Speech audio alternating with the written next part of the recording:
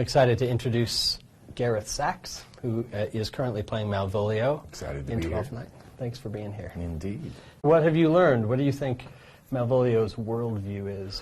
Well, who is this guy, and how did you get behind his eyes? Right. As I think I also alluded to, a friend of mine gave me a beautiful book that Michael Pennington, who had spent many years at the RSC and famously played Hamlet and many other roles, but became a director later in his life, wrote a book about Twelfth Night and his company's journey over several years and a very successful production. And one of the things that I was scared about the role is that I think it can very easily just swing into clown territory. And it can live there, and I have seen productions where, you know, it lived in that place, and it was enjoyable, but there is something in that play, and I think it's Shakespeare not being able to help himself in the same regard that when he sets about to write, you know, after, when he writes Merchant of Venice, he sets about to write Shylock as a boogeyman because, you know, Jew of Malta has come around and the Jews are being demonized and so on. He can't help himself but write a motivated, full human being. I think he gets too excited and too interested, I don't know, to imbue thoughts and feelings on him. But that's what it reads to me from the text is, and for Malvolio, and due in large part to Michael Pennington's ideas about it, but also then my reading of it and seeing it like, oh, there's this much more intricate tapestry that's happening in this comedy. And the deliciously, how to even encapsulate it in words, the inextricableness of sorrow and happiness. I mean, that just human condition is in the play. I mean, whether overtly intended or not, I think it's, and to go back to, forgive me, my mind is pretty associative, so to go back to Love's Labour's Lost, you have this, you know, ebullient, sort of crazy, rollicking thing of people trying not to be in love and then being, like, ridiculously in love to the point where they'll put on disguises, Russian hats and whatnot. Yeah. And then, all of a sudden, everything's about to be resolved and Mercad comes in. Yes. And says, your father has died. And, like, what could be the purpose of that? Yeah. Except, I feel now, later in my life, like Twelfth Night, it's that these two things are inextricable and that Shakespeare can't help himself but see both sides of the coin. Yes, to actually even heighten the joy because there's this depth of sorrow that's there as well. So I feel like that's in Malvolio and in Twelfth Night in spades in many of the other characters. And of course you'll talk to Rindy and he has hopefully many things to say about that, which he will. About Feste, right? Yeah. So what I'm hearing you say, which I really like, is that you think that maybe Shakespeare's audiences might have recognized this character as kind of a two-dimensional buffoon kind of character. Like what kind of character, what kind of butler could actually fall for this ruse? And you're saying that you have found Shakespeare's sort of warm country heart, that he has given him reasons or given him agency. Well, and has created a sympathetic character. I think so. I mean, he's the major domo. I think you can look at it from a completely, I mean, if completely self-involved, narcissistic way. I think that I'm not trying to sanitize Malvolio. I think that's there too. Yeah.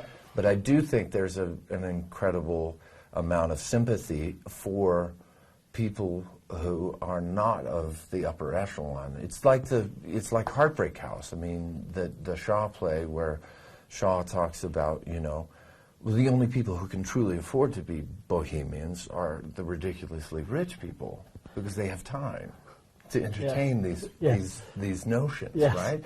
And so Olivia and Orsino can put on these affectations of love and grief, It's like perhaps. Chekhov, too, isn't it? Yes, exactly. Yeah. These beautiful, useless people. Exactly. There you You go. have the time Right. to sort of ponder. Exactly. Right. All the Existential estate, dilemmas. I'm not quite Yes. sure. I don't have to get dinner right now because there are 7 people serving me, Yeah. right?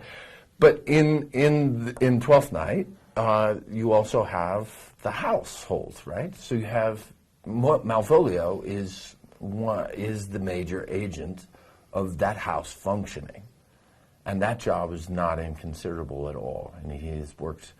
I was always taught to go back and find the motivations for your character and be the advocate for your character. So that's what I did, and I went back and tried to do the research on what a major domo of a house like that would have to do, and it's enormous. I mean, you take care of absolutely everything. You're in charge of the money, you're in charge of when someone goes to market and what they buy, and then how that gets on the table and how it's presented. I mean, you're basically running the show. You're managing a large estate. And so it starts to build a picture for me of a guy who is like, I don't have any room to mess this up because I don't have any agency. So this has to go exactly like I say it has to go. And for good reason. Because also, I'm taking care of these people, and she's in grief. She's lost her brother and her father, for God's sakes, within the year. So what is all of this nonsense? And then he's confronted with the fact that Toby is of a different class than he is, and so can behave as he pleases.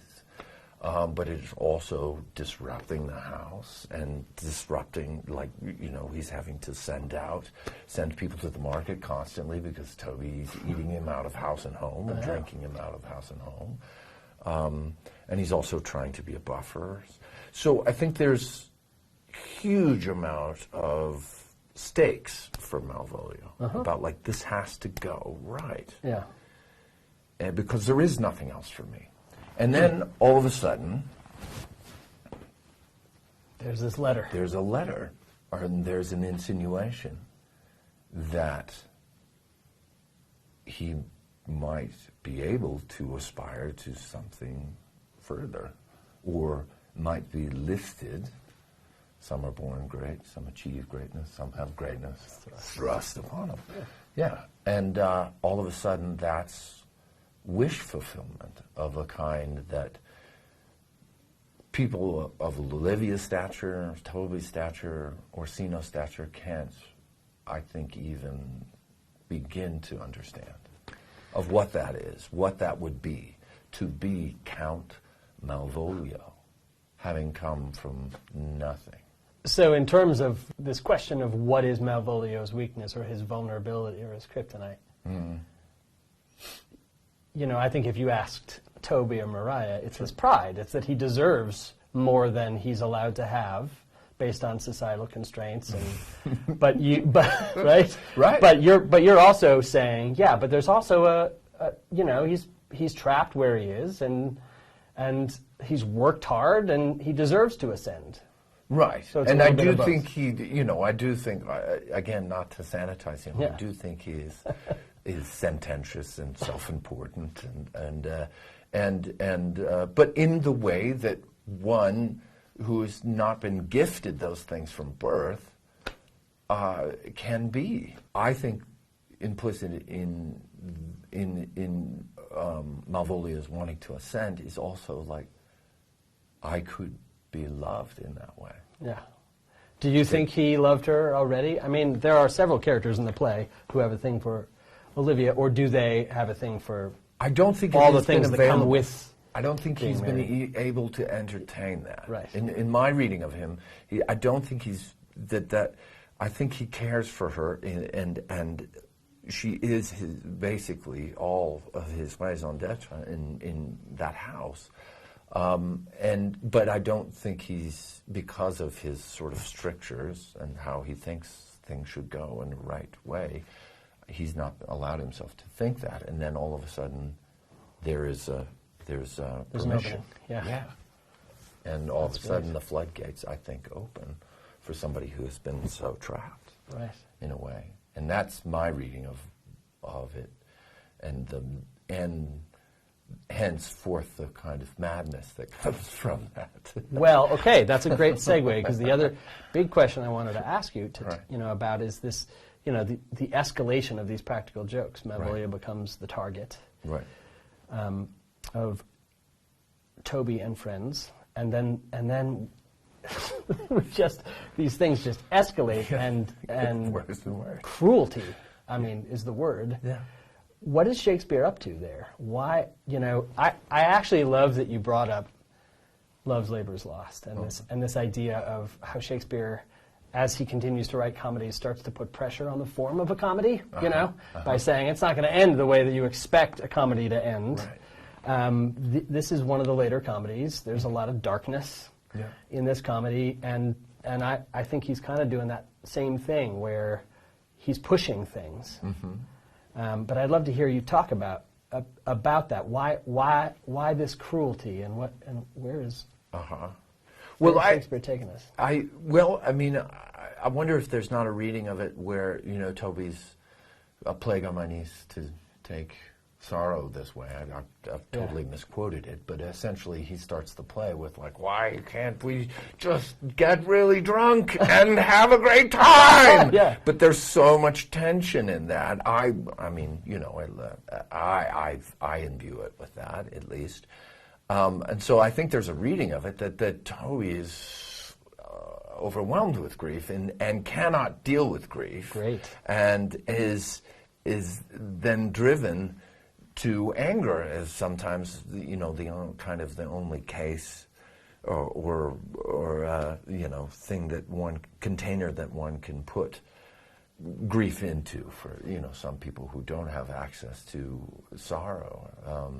And that's also, I wonder, did that conversation come up in the room? No, but I feel like it's implicit in some of the things that Robert's doing. I'm talking to him too. Yeah, are you? Yeah. I feel like that's there, and it's a possible reading of why that cruelty comes. It also is maybe also a comment of somebody who's a keen observer of the social structure, who's you don't get to move.